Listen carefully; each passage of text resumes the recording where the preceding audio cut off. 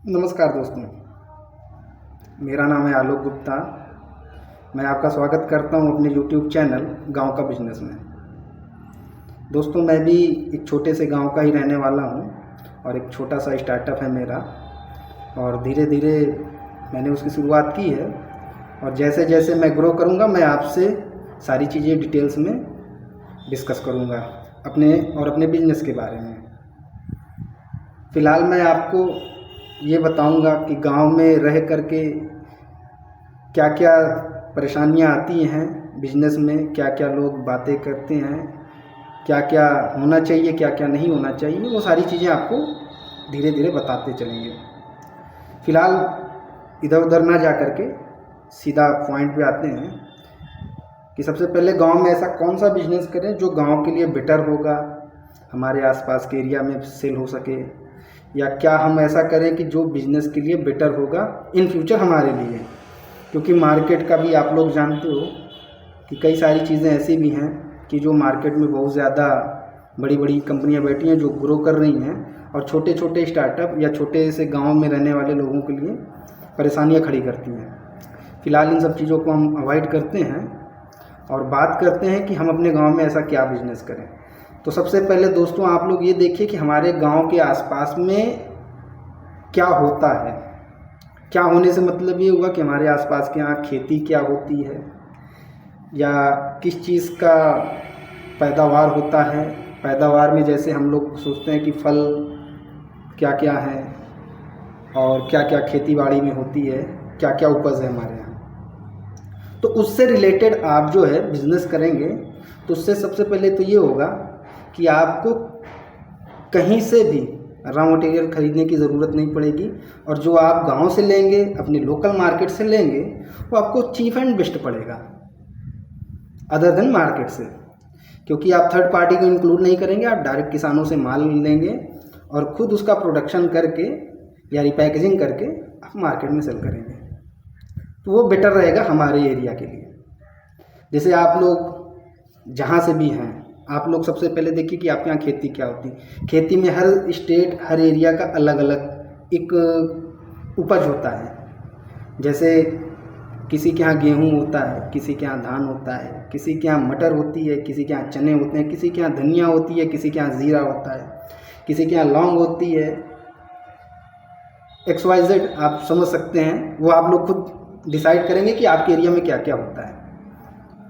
तो जो जो खेती होती है, आप उन चीज़ों को, कई सारे प्लेटफॉर्म हैं, उन प्लेटफॉर्म पे तो हम बाद में आएंगे। पहले तो आप अपने गांव से उस चीज़ को कलेक्ट कीजिए, परचेज़ करिए किसानों से, फिर उसको आप पैकेजिंग करिए।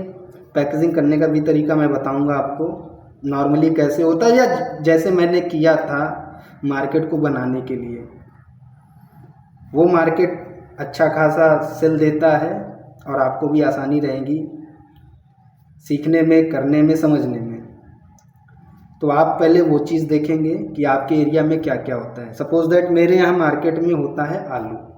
मैं यूपी से हूँ, तो हमारे यहाँ आलू होता है, गेहूँ होता है, धान होता है, सरसों होता है, मटर होते हैं, चने होते हैं। तो मैं इन केस बात करूँगा सिर्फ और सिर्फ शुरुआत में आलू से।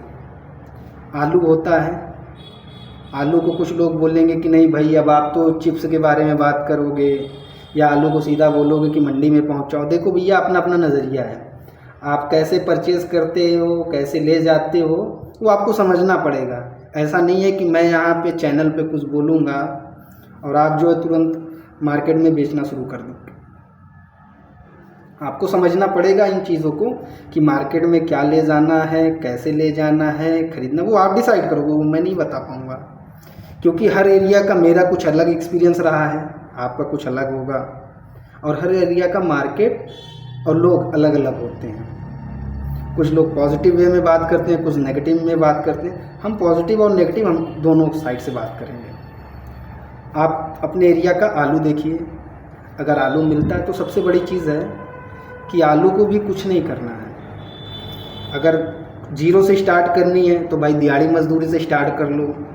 नहीं होता है तो आप आलू को किसानों से लेकर के मार्केट में पहुंचा लो सब्ज़ी मंडी में, वो भी नहीं होता है।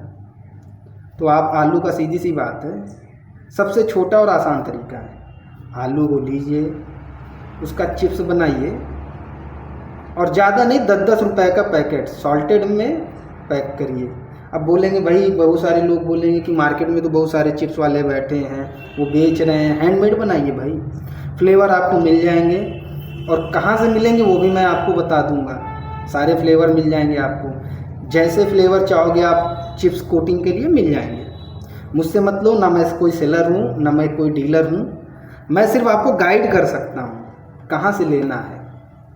आप कभी ये उम्मीद मत करिएगा कि मैं किसी चीज़ का आगे भी चल करके आपको बताऊंगा कि मैं ट्रेडिंग करता हूँ तो आप मुझसे लो, ये कभी नहीं होगा, ना मैं कर पाऊँगा, क्योंकि मेरा खुद का एक ब्रांड है, वो अभी नहीं रिवील करूँगा।